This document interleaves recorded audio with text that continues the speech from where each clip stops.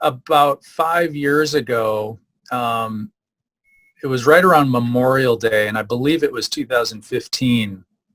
There was 2014 or 15. There was a big article in our local newspaper about this Canadian soldier who was being rendered military honors here at our medical school. And I read it, and it ended up being the PFC Lawrence Gordon case, which I think you've maybe talked to some of the others in our program about. And a very long story short, it basically was a family-funded and family-spearheaded program to identify their basically this man's uncle who had gone missing in Normandy in August of 1944. And through these trials and tribulations of dealing with the organizations that were tasked with that, they finally made an identification, and partly that was done here at UW. And there was a big article about that in our paper, which of course caught my attention. So I emailed out of the blue Charles Konzitsky, who I think you've emailed or you've interviewed as well. Yeah. Totally cold called him and just said, hey, I'm a faculty on campus and I, have this background. If you need any help, I was just thinking purely as a volunteer, let me know. And so we ended up a while later going out for lunch and kind of hitting it off, and one thing led to another, which led to another. And this was the time that DPAA, the Defense POW MIA accounting agency, was starting to have some interest in working with, I don't want to say the private sector, but kind of working on strategic partnerships with academic institutions. And because the Gordon case prior to that, we were top of mind, essentially. It's kind of a long, convoluted story that is probably too long for this venue, but suffice to say that a case that had been looked into the previous summer in conjunction with DPAA was in fact forwarded to us, and it was the case of a Army Air Corps pilot named Frank Fazekas, who had gone missing. He was shot down on May 27th of 1944. So right before D-Day, and it was up in the Nord-Pas-de-Calais region of very northern France. We're talking about 20 or so miles inland from Dunkirk and Calais, around the kind of the regional center there called Saint-Omer, and, which is, you can't swing a stick in that part of northern France without running into history from the First or Second World Wars of one sort. So long story short, we were given that case to work up in this very initial partnership between DPAA and UW, which was primarily funded by UW. But it was basically a proof of concept of the idea that DPAA could use academic institutions as kind of a force multiplier, if you want to use military lingo. Because the scope of their work is so enormous, even, they're talking something on the order of 80,000+ missing since, and that's just since Pearl Harbor. That doesn't even take into account the First World War, which was the very same area as well. I mean, Ypres, Verdun are only an hour or two drive away. So, I mean, there's a lot of history in that area, but DPA's mandate only goes from Pearl Harbor on. And so they are under significant pressure to work up and clear cases in one form or another. And so they have become very interested in this public-private partnership with academic institutions. And we were essentially the guinea pigs of this idea. And I mean, you'd already had some success, right, with the Lawrence Gordon case. Correct. And so we were given the the details of this case, depending on how depending on how much time you have, we could go into infinite depth on the twists and turns of that particular case. And I'm not sure how much you may have covered that with the others, but it ended up being a bit of a challenge from a historical standpoint, because there was in fact an eyewitness to this crash. The elderly Frenchman, if I remember right. Mr. Couche, Marc Couche, who was 12 years old at the time, had witnessed the crash on the back, basically the back patio of the farm, and had known about this all along and had always wondered if someone was ever going to do anything about this. Wow. Interestingly enough, where he thought the crash site was, that field underwent ground penetrating radar investigation funded by us here at UW using a German firm. And that field ended up being empty, even though the eyewitness is saying it's right there. Wow. And so that then in the late spring of 2016,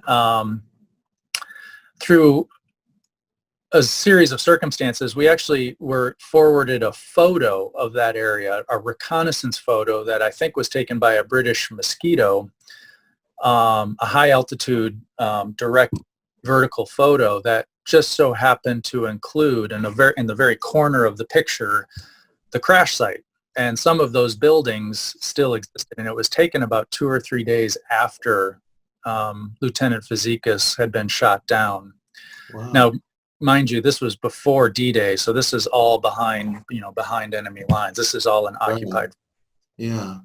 And so eventually that photo from World War II was overlaid by Chuck Konzitsky onto Google Earth using some of the still existing crossroads and buildings, and we realized we were one field over. We needed to be one. And so that was the linchpin, the key to unlocking this case.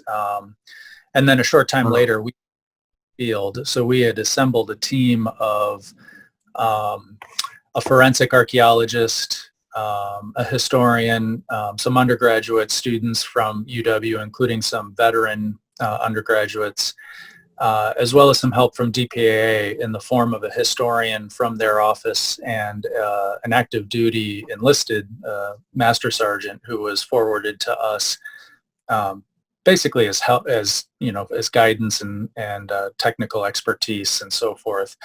And it was very much a combined operation, and we were able to successfully find the crash site and then and start excavating. And as you might imagine, a P-47, which is what he was flying, getting shot down and then crashing into a field at who knows what velocity will bear pretty deeply. And so the archaeological aspects to this became pretty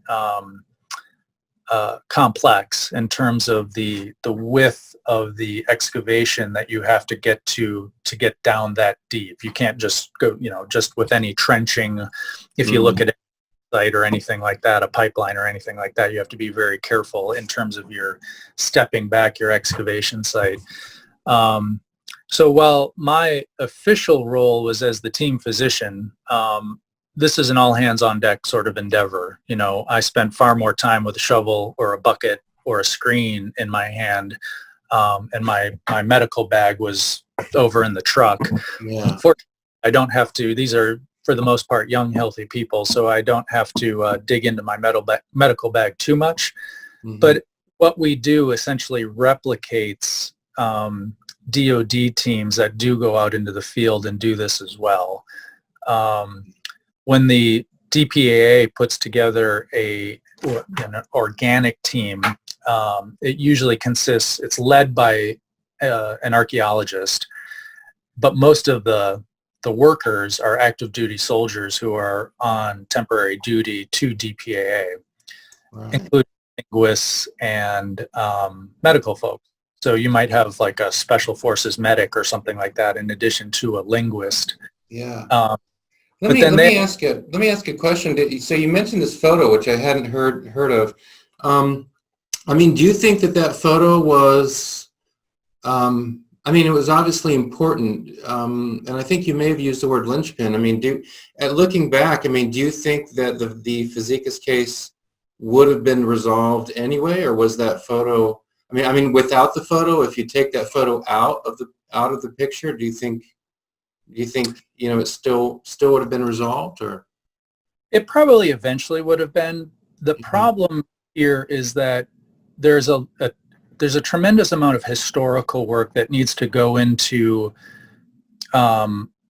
investigating these cases before any team goes out into the field.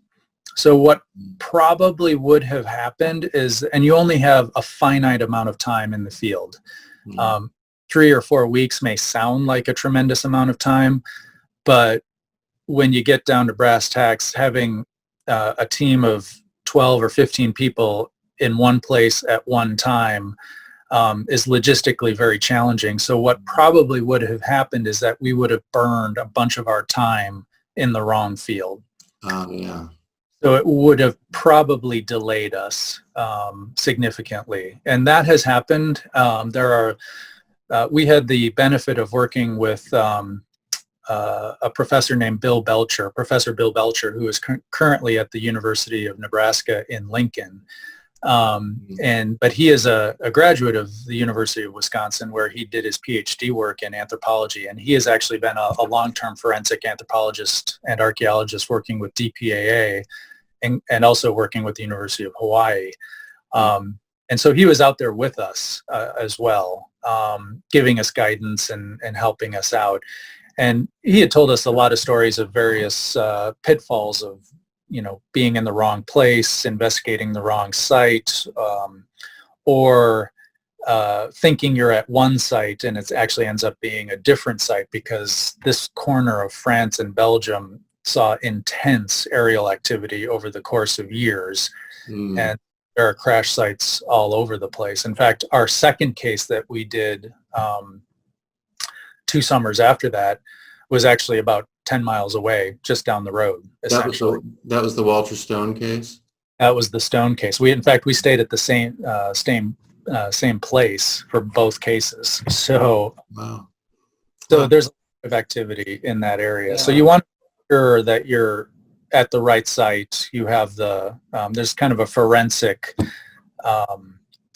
burden of proof that you have to go through to make sure that you're at the right site with the right, that you're recovering the person you think you're recovering. It just gives some insight into, I don't know how the right way to put it, but I'm just visualizing what you're describing, a photograph, and the relevant or the most relevant information is up in the corner, right? And so there's something there, and then you build on that to get to the right place. What you say reminds us of the foibles of memory, because the person who was there, who saw the crash, was certain that the crash site was in this field, but Correct. It wasn't actually in that field. And so, on the one hand, the foibles of human memory, on the other hand, sort of this fortuitous thing that a photo was taken and up in the corner, there's that relevant info that, that sets you on the right path. Yeah, it's and sometimes luck.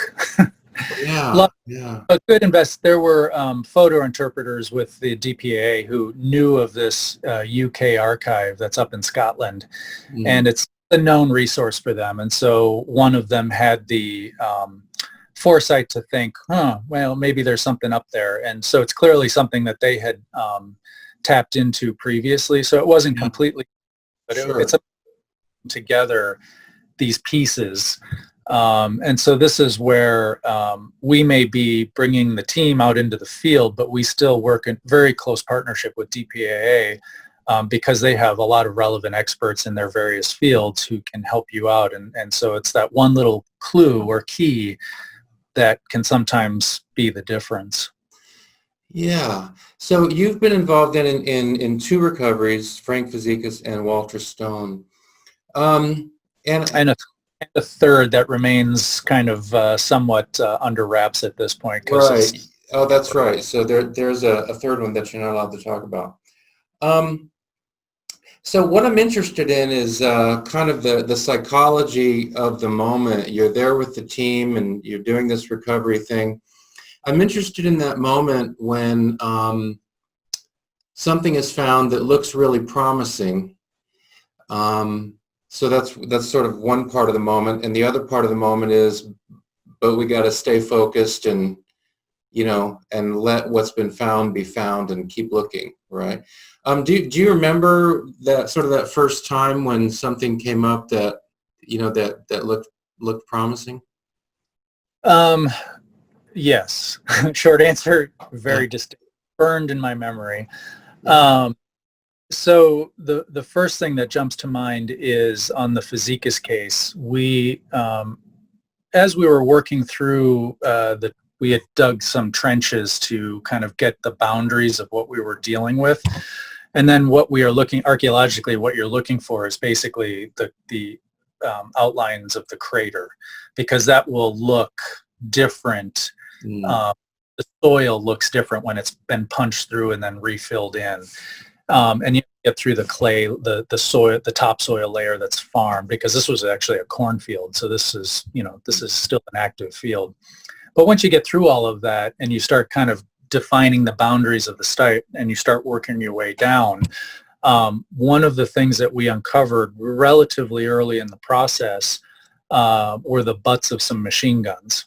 And they were actually vertical in the ground, so indicating that when the plane went down, basically the plane, you know, essentially engine goes deep, everything compresses, the machine guns went vertically into the ground as the wings kind of fold, and then everything sort of disintegrates. This is site formation in the matter of nanoseconds.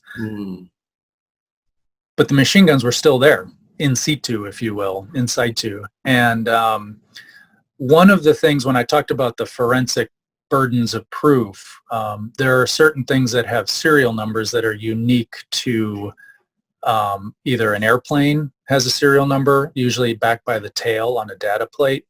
The engine on the block will have a serial number, and then each individual machine gun will have a serial number. And when an aircraft goes missing, those are recorded back at the squadron back in England, which is where this aircraft had taken off from. Yeah. We knew those numbers. So when we found those machine guns, it was that tantalizing, yes, we're right where we need to be. We're getting closer. So it was that first tangible moment. We had found some 50 caliber casings and kind of the corroded aqua blue look of aluminum. So which isn't natural in a farm field. So we knew we were in the ballpark. Yeah. But to machine guns was the probably one of the first moments that, you know, positive moments, like we're on the right track. And was the team able to identify, you know, you've got the number, and were you able to compare the numbers, you know, pretty quickly and say, oh, this is it? Yeah, we were, and it took about a day and a half of work, or a day of work, because these were, of course, completely corroded, rusted machine guns. And then the first thing we had to do was Google to find out where exactly, because the master sergeant who was working with us knew where serial numbers on modern machine guns were, but we had to ascertain where the serial numbers would have been in 1944. And as it turns out, they're essentially in the same places. They're on two sides, on the top and on the side of the receiver. So we had to focus. We couldn't clean the whole thing. So we spent a lot of elbow grease with wire brushes. And we have very nice pictures of, you know, basically a circle of rust down to bare metal, and it says, you know, Browning Machine Gun Corporation, and then a serial number, 6-digit serial number.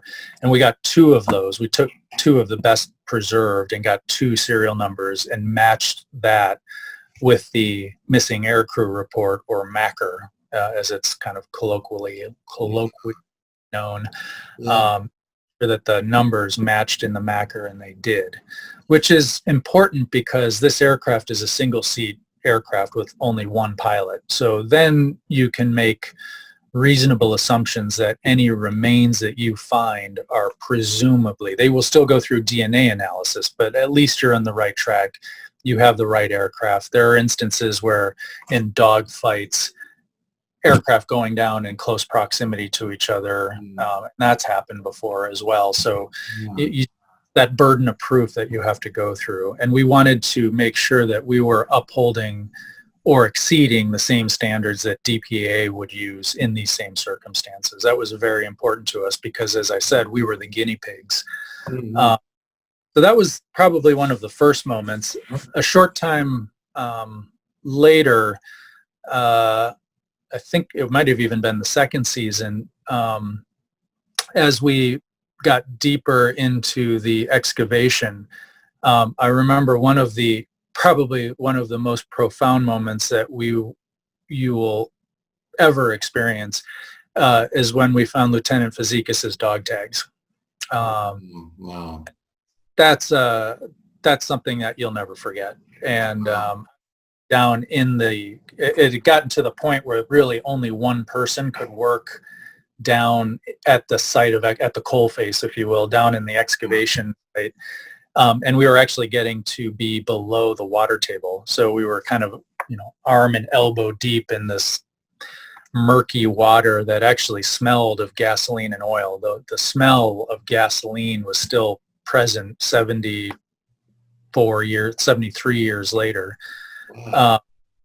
And so we're pulling out, this murky mud, if you will, and then it was taken up and go through the screens.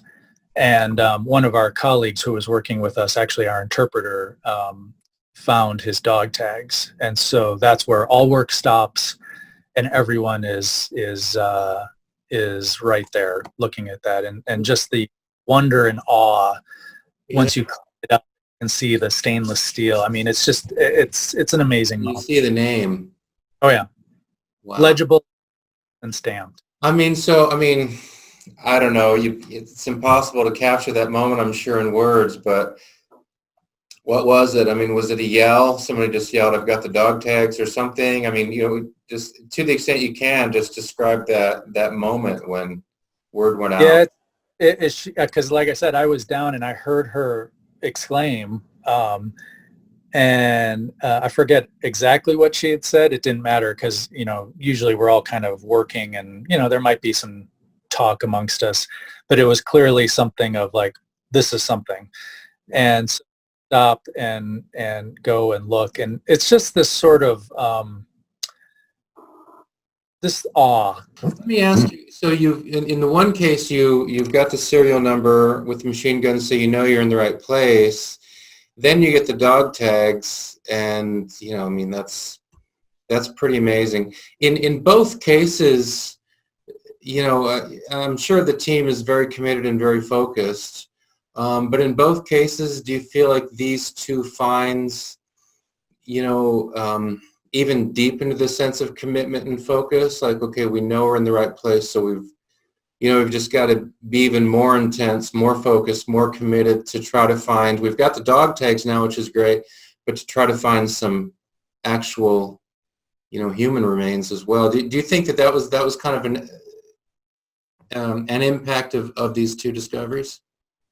In the course of all of this, we had found remains. So but it was all in a very small circumscribed area. And so the thing about these projects is that there's really never a lack of resolve, even when you are faced with pretty significant challenges from an archaeological standpoint in terms of scope and depth and weather conditions and a variety of challenges that you might face in the field. One of the problems we don't encounter is motivation. We have students with us, we have grad students, we have faculty, we have colleagues from partner organizations. That is not an issue for us. People know why they are there. Granted, we might have interpersonal friction between individuals. When you have a group of 15 or 20 people, you're always going to have stuff like that. But the reason why we're there has never really proven to be a problem for us. Yeah. So, and in subsequent cases, we've encountered significant challenges from an archaeological standpoint. So even in those circumstances where you don't have that sort of eureka moment of finding a dog tag, you're trying to find whatever you can and within the circumscribed time that you have. People's, it's head down working. And so our undergraduate and graduate students, you might think that might be an issue, like you got to give them some sort of speech or something like that, and that's not the case. Everyone knows everyone knows exactly what the task is and what. And in fact, you'll frequently find people like, well, we've got good weather today, we should work late, the thing, or the weather tomorrow might be rainy, how about we work late today and we'll see what tomorrow brings. So I mean, people are motivated and willing to work. That's never proven to be an issue. So even in the circumstances later where we don't have those eureka moments that we were very fortunate to experience with the Fazekas case, people still, they do the job. Yeah. Are you allowed to say what, where those dog tags went to family members or? Yeah. So one of the one of the unique situations of the Fazekas case was that, especially that first season, because it was primarily funded by UW, we had a lot more leeway in terms of who we could have on site. And so subsequently, Lieutenant Fazekas' son was out there with us for part of the time. And he left a family reunion to come fly to France to be with us. Wow. And so he has an interesting story unto himself. He actually went on to be an Air Force pilot himself for 20 plus years, and was flying C-130s in and out of Vietnam during the Vietnam War and so forth. So he had a pretty good and realistic expectation of what this site might look like. And in fact, the way he tells the story is that he wasn't even completely aware that his father was listed as missing until relatively later in his life. And so it was through the evolution of all of that this case came to the forefront, and he came over to France to see his own father's crash site. So at the end of it all, when everything was said and done, we had developed a very close bond with he's also named Frank Fazekas as well. And so with Frank, we developed a very close bond, and we were, when all was said and done and the remains were recovered, he invited us to come out to Arlington for the funeral at Arlington National Cemetery in 2018. It was in March of 2018. And as it turns out, my family and I were just because of timing issues, were the only ones who could represent UW there. And so if you go to our Facebook page and see the banner photo of the horse-drawn hearse with the coffin on it, that's Lieutenant Fazekas from that ceremony, from that day. So Lieutenant Fazekas now is interred at Arlington National Cemetery in Section 60, which is the current open plot, which is where many of the casualties from the current wars are interred as well, but also missing from previous wars are also interred. So it's an interesting plot that's kind of set in one of the corners of Arlington. But that's kind of a long-winded answer to your question, but at the end of the day, when everything is said and done, personal effects like that are turned over to the family. So those are in the possession of his son, as they should be. Yeah, I don't want to get esoteric on you, and feel free to slap this down, but it does, and I can't think of a better word than this, but it feels like, obviously this work involves nitty-gritty, hands-on work, sort of, digging in the dirt. It involves very cerebral, stuff, the historical work and everything that goes into the research. But it sounds like, I can't think of a different way of putting it. It sounds like there's also something like like a spiritual component to it or something as well. I mean, something that involves not just the mind, but something that involves the soul. Does that resonate with you at It all? I mean, it does, and it's the sort of thing that's might it's hard to put into words, but one of the things that I immediately think of is Frank again. Um, Frank Fazikis, the son.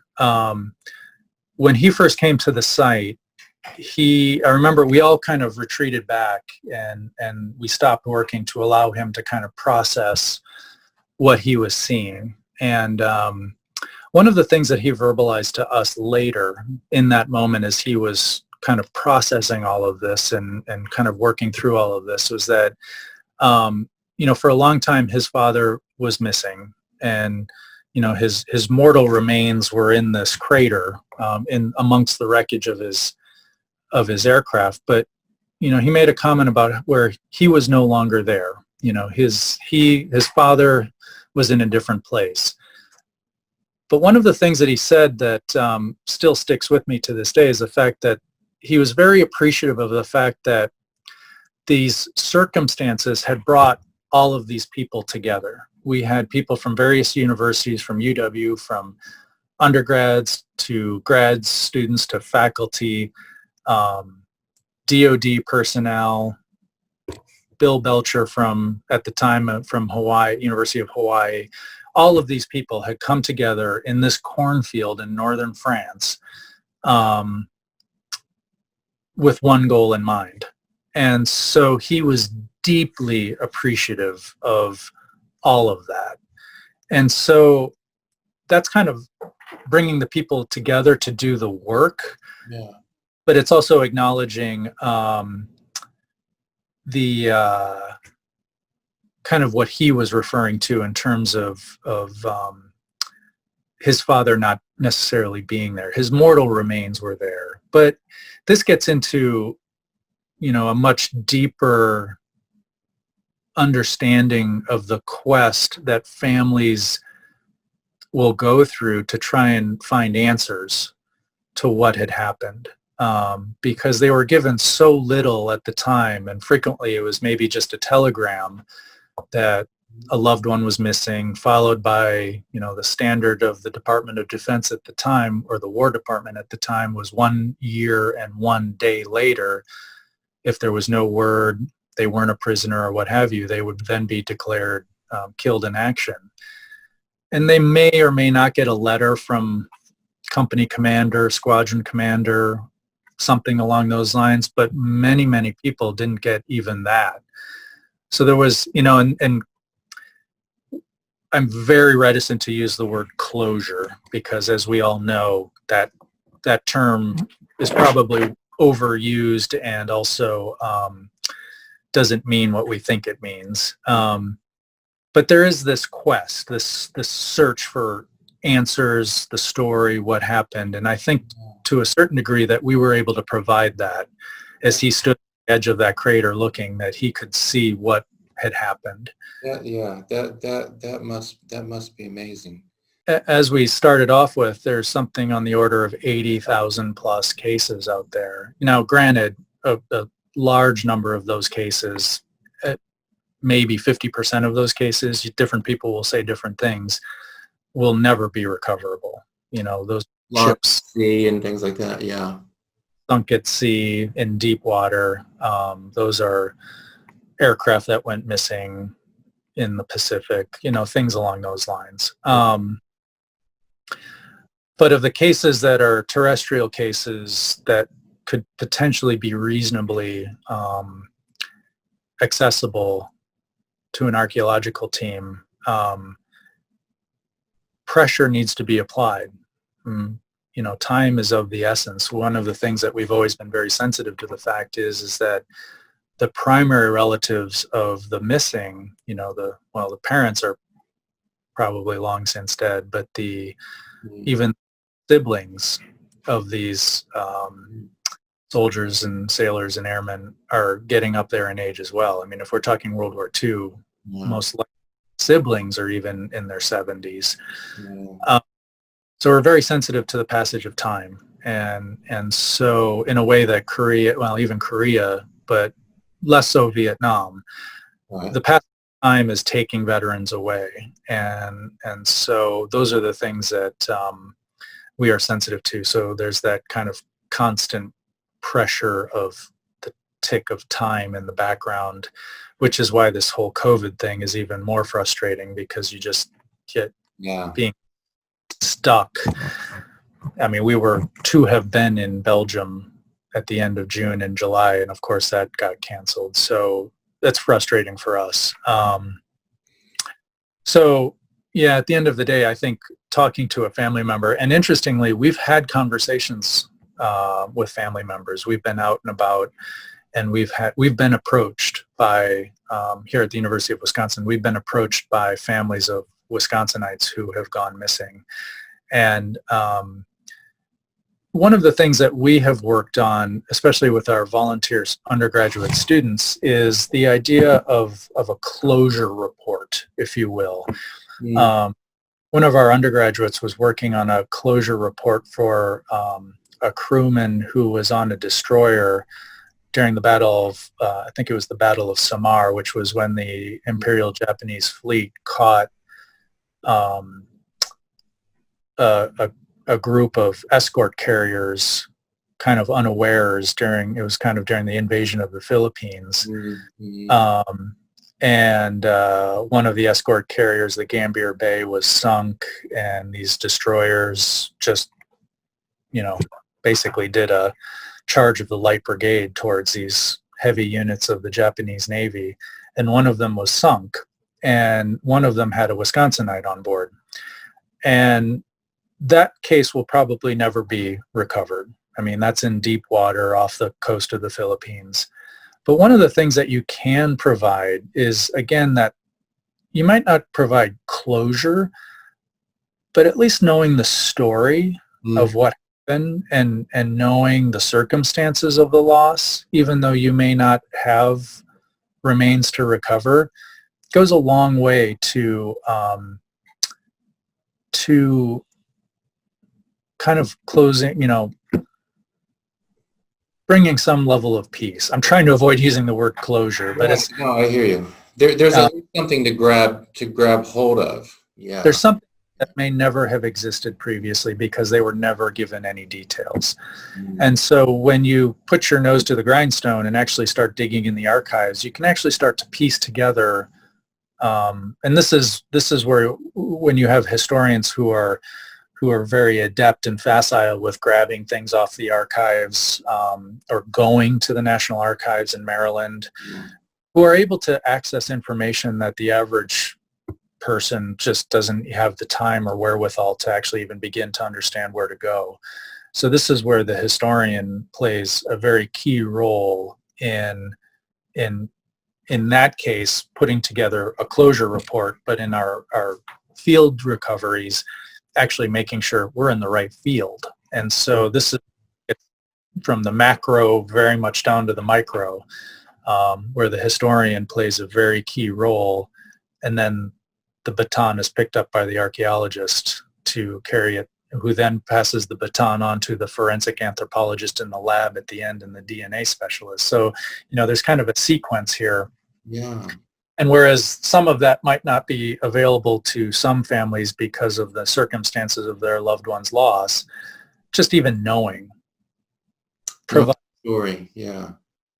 So there's something to be said there, and we've had those conversations. We've encountered, I think of one, a Wisconsinite who was shot down over Korea that immediately comes to mind. Now, the circumstances of that is that it's probably in North Korea, which the political climate at this time probably means that we are not going to be able to do any sort of excavations in North Korea for the foreseeable future. But they have in the past, in the 90s during the Clinton administration, when things were a little bit more civil between our two countries. Dr. who I mentioned previously actually had conducted excavations in what is in North Korea. So politically, that pendulum can swing back and forth. And while we may not be involved in any of that, someone might be. Yeah.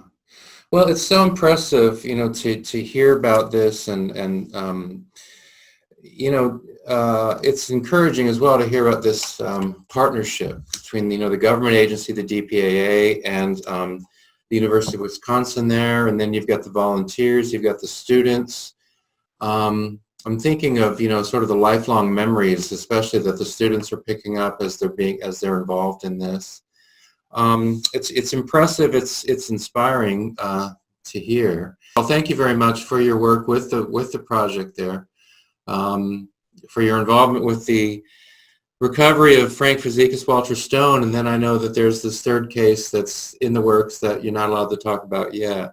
So thanks for doing that, and thanks for taking the time to share some of your thoughts with us.